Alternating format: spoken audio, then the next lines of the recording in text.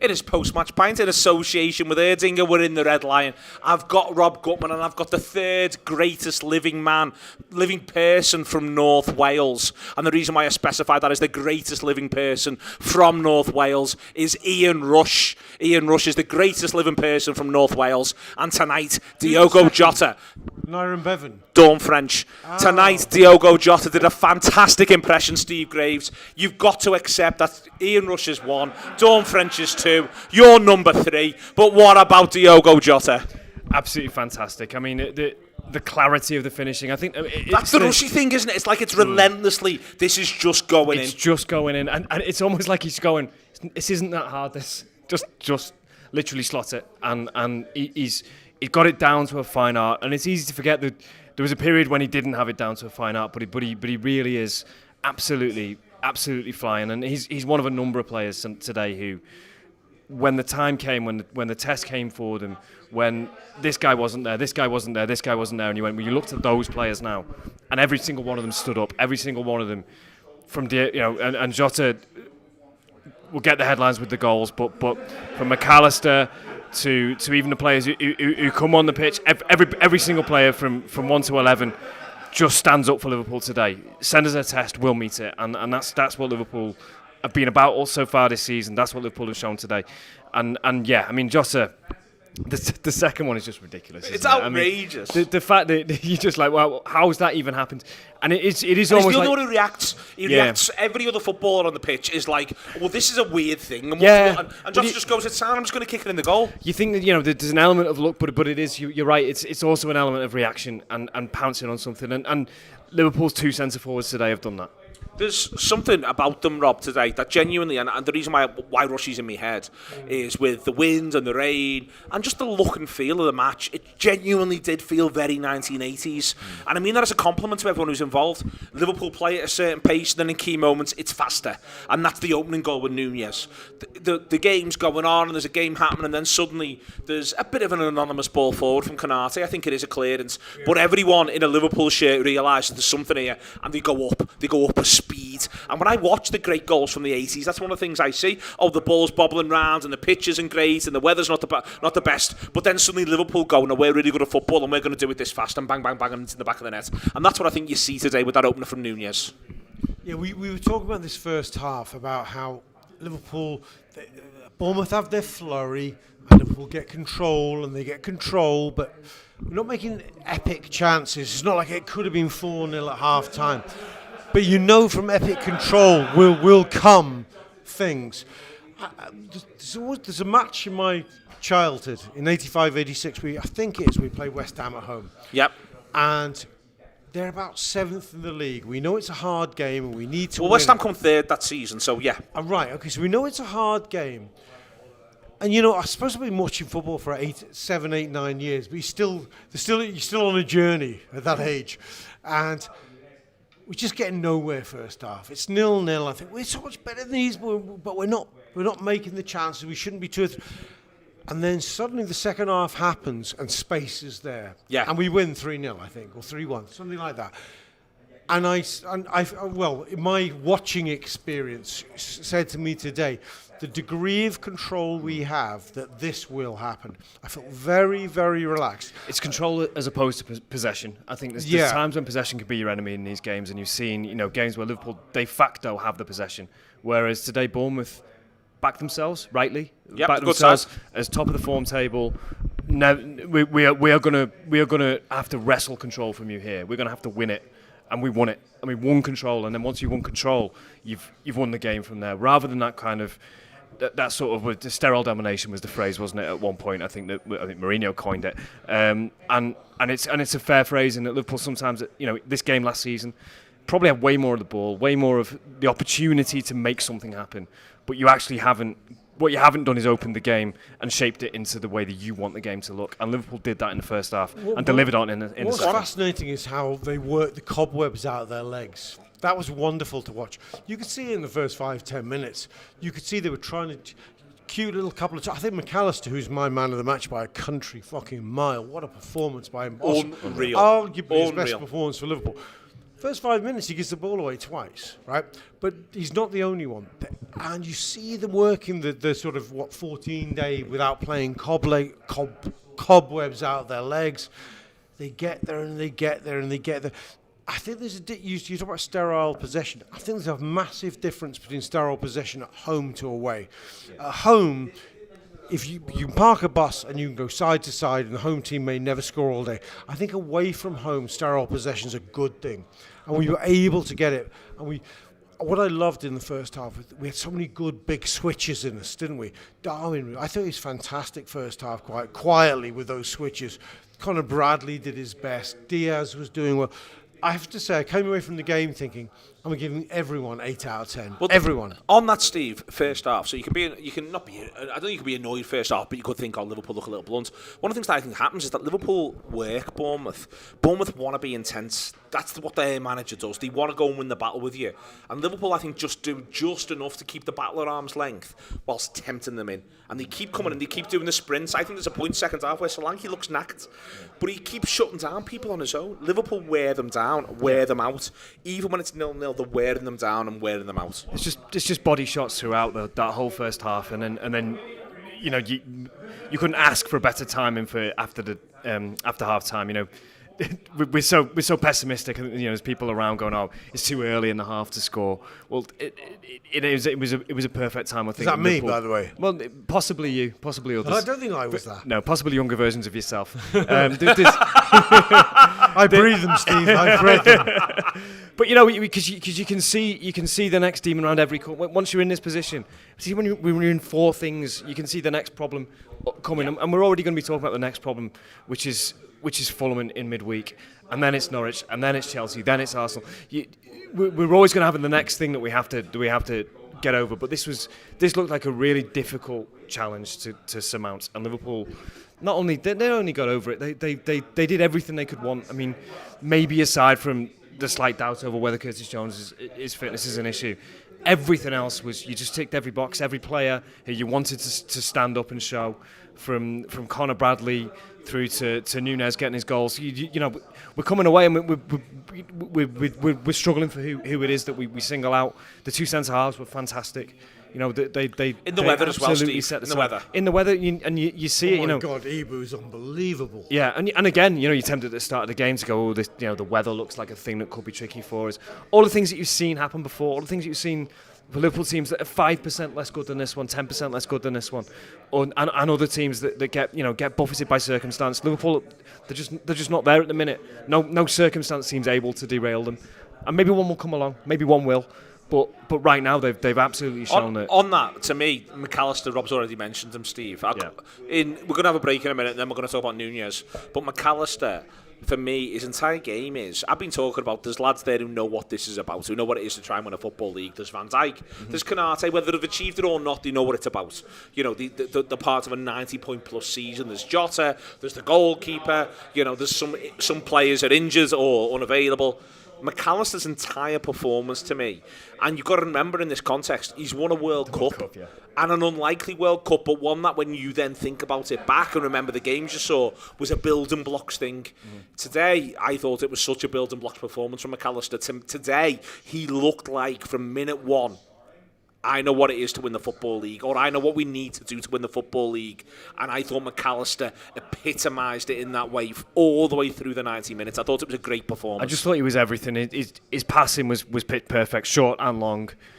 He gets in, he disrupts the play, he makes a last-ditch tackle if he needs to make a last-ditch tackle, but most of the time, I remember the Xabi Alonso interview when he said, why would you practice tackling? I bet he does these days, by the way.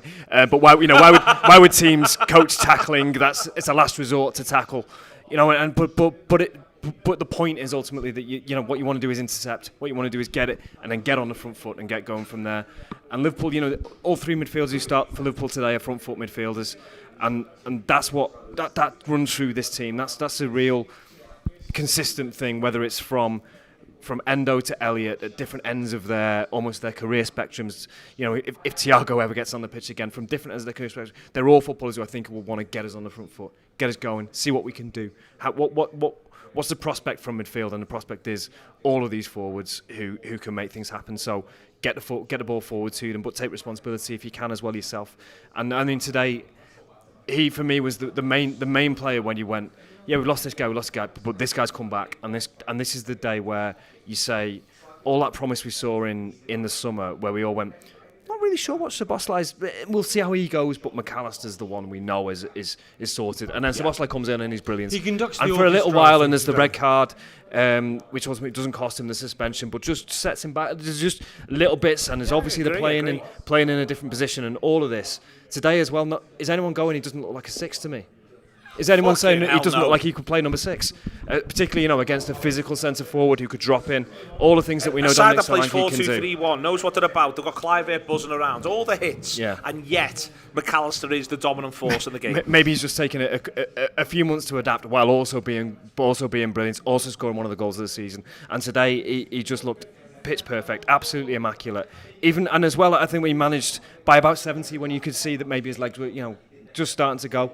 You can see him managing himself through a game because he's just got that nous and experience. It's almost like you traded everything that James Milner. We swapped with Brighton all of the brain that James Milner brought, but a lad with legs as well. And you can have the lad without the legs. That's fine. And it's just fantastic to see. It was an astonishing performance. He was tremendous. He is MOM, and there's 2 lads who've got a brace. Yeah. I like the way he was able to use Harvey and Curtis as his legs as well. He was able to see the game. He verticalised the game at every juncture. He was just as I said earlier, that was his best performance for Liverpool. I thought Curtis did the things that Curtis does that would annoy his critics, but in the first half, I think, oh come on, Curtis! But he kept us on the ball. Curtis keeps you in control. Yeah. He really keeps you in control of a football match. He's very Jack Grealish. I want more Curtis. When I feel as though we're not entirely in control enough, I'm like, more Curtis. I think Guardiola. I think the acid test of Curtis, in terms of, in his opinion, I think Guardiola would kill to have Curtis Jones in his squad. I think he was fantastic. I thought Harvey Elliott was absolutely outstanding in the first half. That midfield 3 was just ridiculously good. We were able to switch. We were able to wait, and then we had Darwin Nunes. And what I loved about Darwin Nunes today was he just scored 2 goals which weren't fussy. The TV went, oh, well, of course, he loves a goal where it's instinctive and he doesn't have to think about it. I thought, first goal he had to think about. That's a chance for a forward. You can say that about every goal, can't you? Yeah, you have to think about it. He comes across him, and if you're I'm going to use a bad word. If you're not composed finisher, you sky that. He was very composed. Okay, the latter goal was, but he stayed in the game. Quietly, I said to Steve about 2 minutes before, says Darwin Nunes still on the pitch. He'd gone very quiet, but there he was. The latter goal, he does have to think about it. He just thinks about it really quickly. It just works out really quickly how this goes in the net, and that's quick. You can see how Darwin Nunes with a tailwind. We have a Nunes spell. Yeah, we're going to have a Nunes spell immediately after the break. Yeah. I've got a lot of messages, but I'll do the first one first. Jordan Singleton says, "Happy birthday, yellow guy." I say to Jordan Singleton, go to break. And Erdinger, please.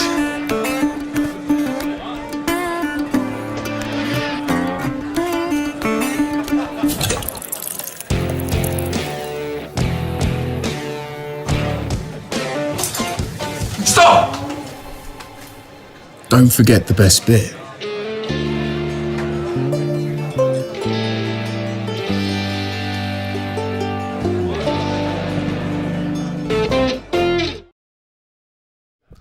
Neil, it's your birthday. It is my birthday, and the fucking won for once on my birthday. The curse, Neil, is broken. Tell me through the curse that has been broken. Liverpool have won on my birthday since 1989, but I've got this thing anyway, so I'm going to write a piece. I'm going to write a piece anyway, where Adam Mealy's had this thing for me that you've got to watch them. They've got to win.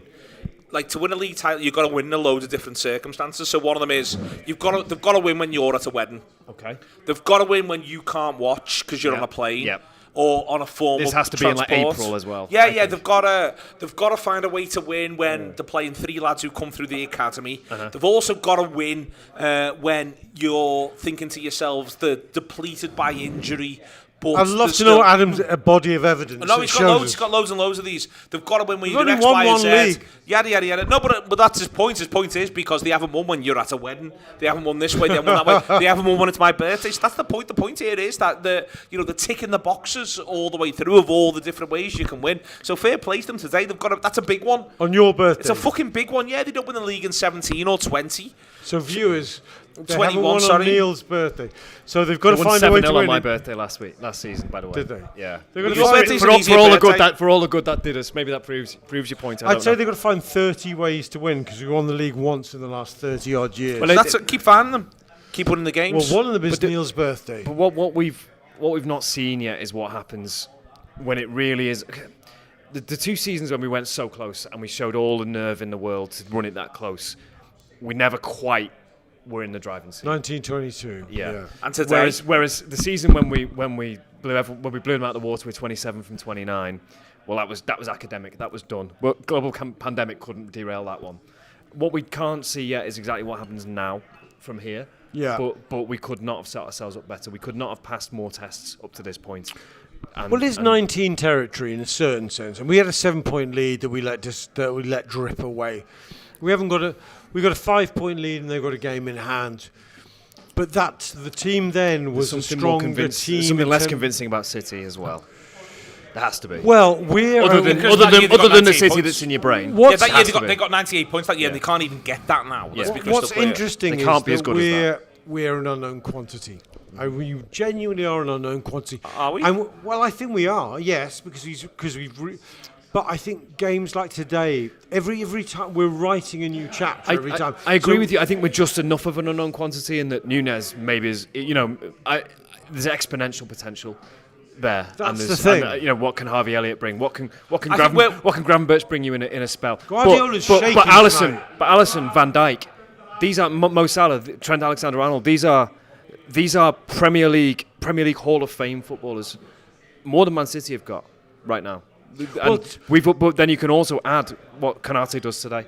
You can also add what McAllister does today and go, Liverpool look like the team who've got the players who've done this before and the coming men. And that suddenly feels like a real. That's my point is that where Steve, I'll come back Andrew to Robertson with Nunes today, where we're unknown quantities, the unknownness is only going to. How good can they be? Exactly, it's more. Yeah. It's all up. It's all. How good can Cody Gakpo be? Because right now I'm not looking at that team thinking it's getting less than 80 points. No. And so if you were doing the proper unknown quantity thing, which Tottenham are a good example. What are Tottenham? Tottenham are unknown quantity. North London, you can't trust them. All the hits, all the bits and pieces. The quantity is getting more known by the minute. But also though, where the floor is being raised more and more, and Nunes is a great example of it today, Steve. I'm so pleased. You and me were talking in the week.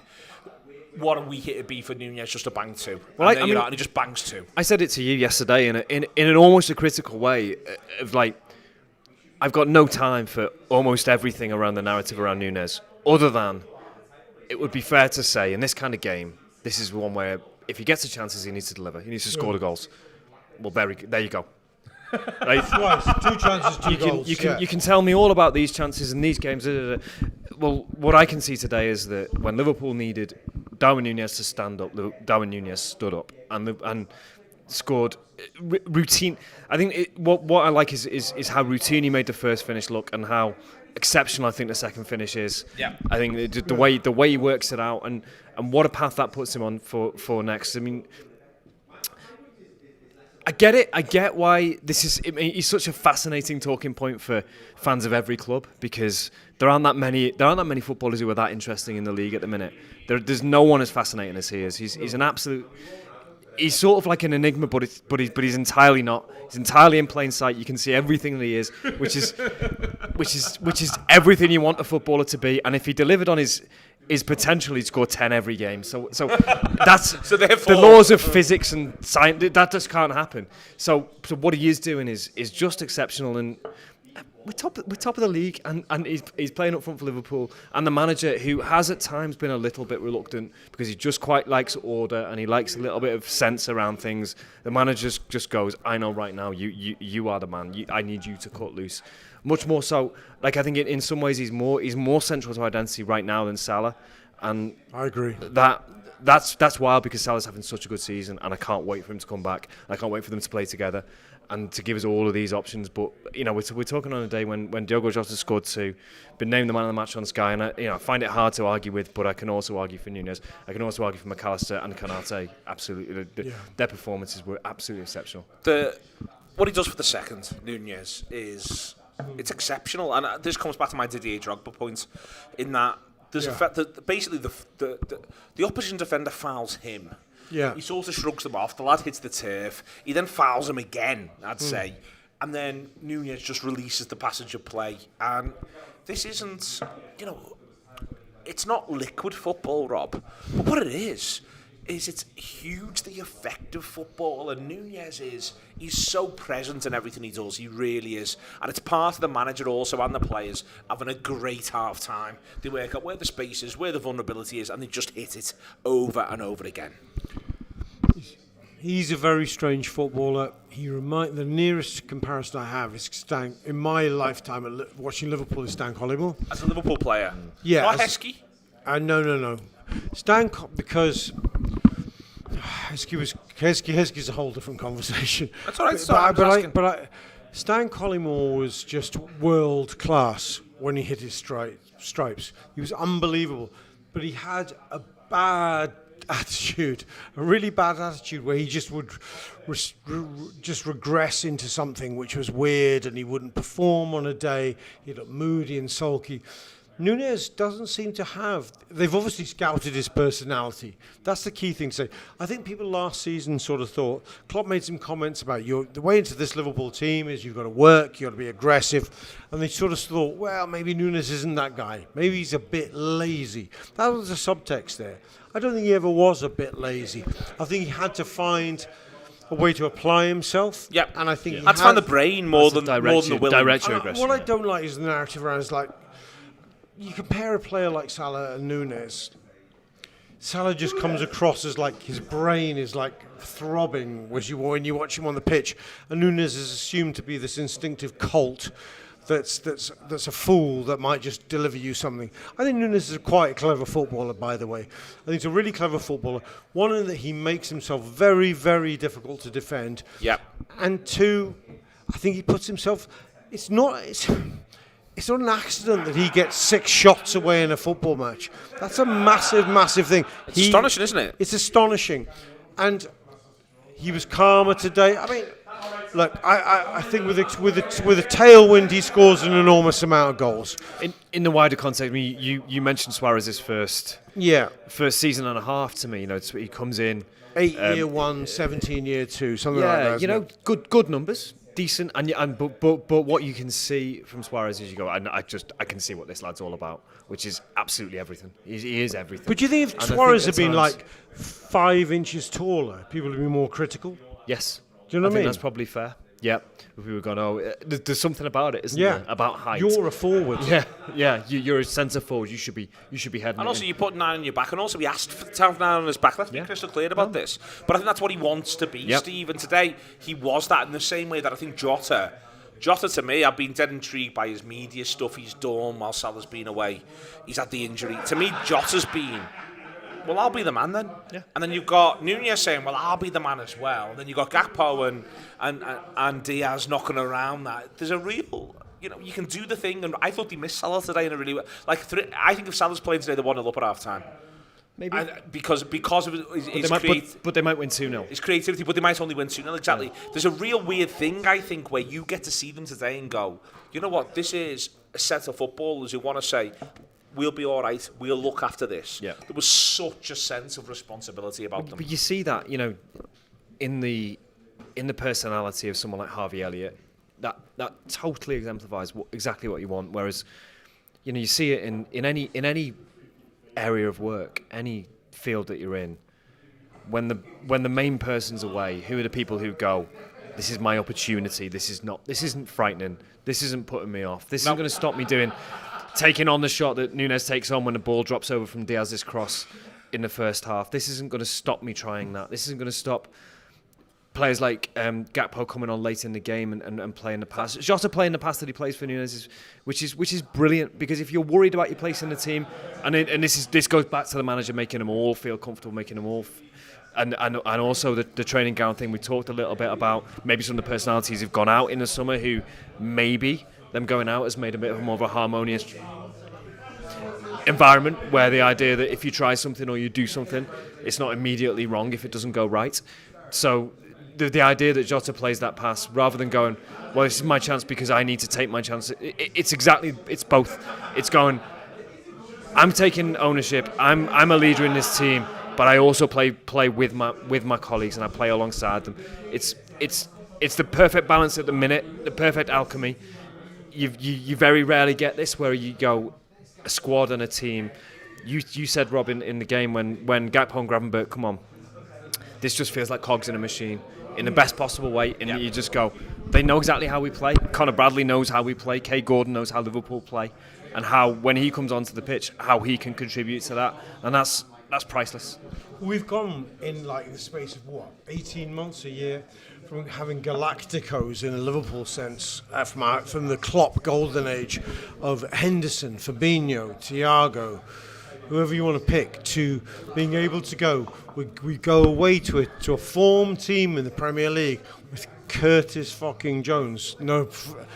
Harvey. I know you mean. You're going to say no offence there. I know you mean, because you fucking loved the lads. But I take your point. From the perspective of that Harvey time. Elliott, Connor Bradley, the entire left to right of our side is Curtis Jones, Harvey Elliott and Connor Bradley. This is an academy midfield right side that has gone from an elite footballer like Jordan Henderson, Fabinho and Thiago and maybe even Naby Keita. We've gone from that to this, and we're able to control a football match, unwrap a football match and destroy a team with those kind of lads. But I think we could have gone, I think when you look, even we could have gone deeper today. Quansah could have played for Konate. Of course he could. And I think while Konate plays fantastically well, I think Liverpool could have come through that game with Quansah. But on that, Steve, though, let's briefly, because we need to finish at some point. The goalkeeper and the two centre-halves are just the base They were great. You can build a world on. But this is, Rob, you're talking about the all-stars of the Klopp era. I think when we go to look back, we've probably got 5 of them. We've probably got 5 of them now. And Alisson, Trent, Van Dijk, Salah, Robertson. That's it. That's we didn't have any of them today. We had 2 of them today, didn't we? Well, and also we don't know how long the Klopp. Soboslai is probably going to be one of them. Nunes is going to. Let's hope, because Klopp has talked about this. He talked about when he had this conversation with Dejan Lovren, and he said, "I hope one day we talk about trophies, and you tell me when we won one, and I forget which one it was." Because I forget. And if he wants that to be the case, he needs to stay for a few more years. But I think that's where we potentially this season can start getting ourselves towards is that thing of Liverpool just win a trophy every year. And if you're the manager, why would you not want to be part of? Why would you not want to see this through now? Yeah. I think you just go. This just looks now like you are creating the next set of these guys, but you've also kept the best ones. You've also been so astute and so able to take advantage of the opportunity that came along to move Firmino, Fabinho, Henderson, all of whom, as a naturally conservative kind of person, I'd have gone, I think Fabinho could still do a job for us at the base of midfield. I'd probably go, oh God, what are you going to start with this guy from Brighton that I'm not sure about, and Curtis Jones and Harvey Elliott in midfield, or the Brazilian international who I've seen do really good things. I'd be more secure and safer with it, but I might also see him just be absolutely embarrassed by someone turning him around. Do you not think? And I'm not seeing that with this Liverpool team. What I'm seeing is they might ultimately fall short somewhere because they can't do everything. But what they're not going to be is someone you just go, you look finished, because none of them look finished. Do you know what I think is weird? Is somebody said to Klopp now, you can have Jordan back for the last 4 months of the season. Fabinho back. Well, Firmino back. Just say Jordan. Let's say Jordan, who's still, I'm sure, a very competent footballer and might do bits for England. Would you have him back for the last 4 months? You've got an utter freebie. I think you go no, because psychologically, I think, and I don't think he intended it. I think he thought he'd go into this season with Fabinho and Henderson. This is all credit to Van Dijk, Rob. It's all credit to Van Dijk. Yeah, I just think Van Dijk just looks like the man for the moment. I just think psychologically the project, Klopp was caught in his own head was wrecked with how do I switch out from being this. He did make that comment in a press conference post to the tail end of the 22 season, goes, we could be like Federer. I could keep this golden age team forever. I think he switched from being that guy to being the guy like Ferguson in 94 or 5 or Paisley in 82. He switched to being, oh my God, if we just fuck them all off. And I have these colts, these young fools who will believe any shit I'm being cynical, not being any shit. Not believe any shit. Will just ride on my back into the sunset. With football managers is, you assume that Jurgen Klopp arrives fully formed, and you go, this is how good a manager Jurgen Klopp is, and he's at that level. Let's put it there, and then you go, but he can learn. Yeah, he can keep learning,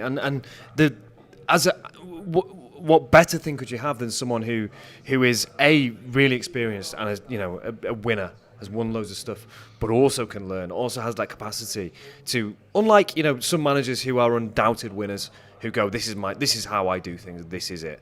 I will not learn, but I will do what I'll do. If you'll pay me loads of money, I'll come and do it. Whereas Liverpool's manager is someone who is able to go, I can learn, and they can learn from me, and I can sometimes something that a young player can show me is something that will just totally surprise me. And sometimes you just need to be shocked out of your comfort zone a little bit. And I think he has been, and I think it's been such a thing where you go, you're a brilliant manager. You're better than I think he's better. I'm not going to say he's better than Alex Ferguson, because I think you just caught. But I think whereas Ferguson did it through his assistant managers, where he was really smart, was a really good way of doing it, because he wasn't so much of a coach. Certainly as he got later in the years, I think there's literally times when he found it maybe harder to relate to some of the younger players coming through. I think Klopp can do all of it. I think he can be a brilliant coach and a brilliant manager. Ferguson was a fantastic manager, but I think you can see, Brendan Rodgers I thought was a really, really good coach, and the job of management was too big for him at the time he was at Liverpool. Yeah, agree completely. And when you see someone who can combine the two, that's when the job. I mean, could there be anyone in the country who's enjoying their job more than Jurgen Klopp right now? And we're top of the league. No, I know I'm enjoying my job, but we're. I'm enjoying. We're top of the league. But we're top of the league, and we're still top of the league, and we're facing. Well, 5 clear. Jordan's going to cut right now to an image of the league table. He's not. He's not. We haven't got a fucking clue what we're doing. We're making this up as we go along. Quietly. Picture the league table. Liverpool are on 48. Then there's some pricks from North London on 43. By week. And it's been beating Arsenal in the Cup. It's been winning against Newcastle. We're staying top of the league. We all cried in this Bournemouth game. I mean, I will say that I thought this was the right game for us to come back from a hiatus, to come back from a 2-week rusty. I wanted it at home. That was my only thing, Roberto. No, oh shit! Don't you want it all? I thought it was the right game for us. I tell you why I thought it was. I said to Steve beforehand, I thought if we'd been away to Nottingham Forest, we'd have been under a bit of pressure to just walk it, right? Whereas I thought this was almost like a soft Arsenal away, a soft Chelsea away. It focused us, but actually they're not very good. It's quite nice as well. It's another side who you've got 2 games done against, and now they're a loose horse in the race. They can do something to someone. They can unseat a rider somewhere along the way if they want to. I love a loose horse, or not. That's also fine. But they're a good team. They're well set up. We've got 6 points against them. Newcastle United are another one. We played them twice. We beat them twice. We'll bank that. That's fine. You do whatever you want. We embarrassed them today. They were rubbish. Yeah, we were really good. I mean, we put them in their place. They were crap, and we showed that. No, they were crap. We showed that. Let's they were talk them crap. up now while we need to. No, but I knew. No, we've played them now, Rob. They were fucking brilliant. One of the best sides I've ever seen. Well, they won 7-9. They won 7-9. But the bottom line, the reason I felt we did these shows before, and the reason I'm being smug in the afterthought. The reason I thought we would do them is because I knew, relative to us, all of their footballs are absolute garbage compared to our. They want to play man to man. Yeah, they're garbage compared to our lads. So they're playing at their peak. What they did do is it meant they were focused, and it meant that we'd be focused, and we were ready. We needed something. The first 10 minutes were awful, weren't they? You could see how rusty we were. Do you think that Virgil van Dijk is one of the greatest living Liverpudlians? Yes. Do you think he's one of our best ever players? Absolutely, yeah. Do you think he's the greatest centre-half ever to play for the club? Well, I think if you're picking the best ever 11 now, you're talking about Hansen, Lawrence, and Van Dijk. That's what you're talking about, aren't you? I'm picking Van Dijk. And Van Dijk's better than I'm picking Van Dijk and Lawrence. Well, fine, but I don't like Hansen and Van Dijk are similar centre halves, and you've got to pick between them. Van Dijk's definitely in there. He's not in there. He's number one. He's number one. He's number one. He's the best centre half who's ever played for Liverpool. Yeah. He was fantastic. And the goalkeeper's not far away. But by the way, left back's not far away. By the way, I thought the right back's the right back now. Yeah. I think Chris Lawler has got legitimate hard lines. Yeah, he scored a load of goals playing for Liverpool. Chris Lawler. Canate today. I said this to Steve halfway through. I thought, if I wasn't living on my nerves that he's going to be injured, and I think did he get injured again? By the way, no. If I wasn't living on my nerves, he was going to get injured. I'd go. He may be about to become the best centre half who's ever played for Liverpool. I just this think is what we want. I just think he's fucking incredible, Ibu Konate. I just think he's... Don't live on your nerves anymore. Live in the moment. Well, I just don't... I've lived through Rob Jones. Rob Jones, the greatest disappointment of my young life. Right, Rob Jones destroyed me because he was the best right-sided defender I've ever seen. We're 5 clear. Go on. Are we going to win the league? Yeah. You don't have to say yes because the camera's there. Do you think we're going to win the league right now? I think it's a live thing. It's definitely a live thing, Rob. But genuinely though. No. Because I'm fine with this. I'm fine with this. Yeah. No, it's not definitely, Steve. Because we've come come out the pack. We've come from nowhere. We still have it in us to not win. We win one of the next 5. We could win no trophies at this point. Let's be crystal clear. It can happen. It's not. And if we say Liverpool don't win any of the, you go, well, yeah, that's understandable. They're on a journey, and we'll come back from it, and we won't think they're awful. It's not impossible. We don't still know what's going on here. This is weird territory. Let's not. The only reason it's not weird is because Klopp. Right, cause the whole thing. This is why I've come to you first, because I know what Graves is going to say. Yeah, so he's a big positivist. But can we win the league? I think we game 21. Game 21, 48 points. So damn straight we can. 48 points. We can. Am I excited? Yes. Is it? It's not 1920 yet. It's way away from 1920. I really would have liked them to have dropped points to Newcastle. That would have been a big, heavy, beautiful thing. Well, I think if we get the other side of Chelsea, let me just say this now. Say it now. If we get 6 from the next 2, which is hugely difficult, game on. With the Football League? Yeah, I mean, if we get 4 from the next 2, then I think you have to accept it. I mean, it needs to be the right way round. It needs to be Chelsea then Arsenal. I think where it's 3 plus 1. Yeah, I mean, look, I'd say in almost every season, I can't think of the last season where I didn't say that at some point Liverpool could win the league. I don't know. Yeah, it's a while because you can always do the maths. But well, literally, they are top of the league right now.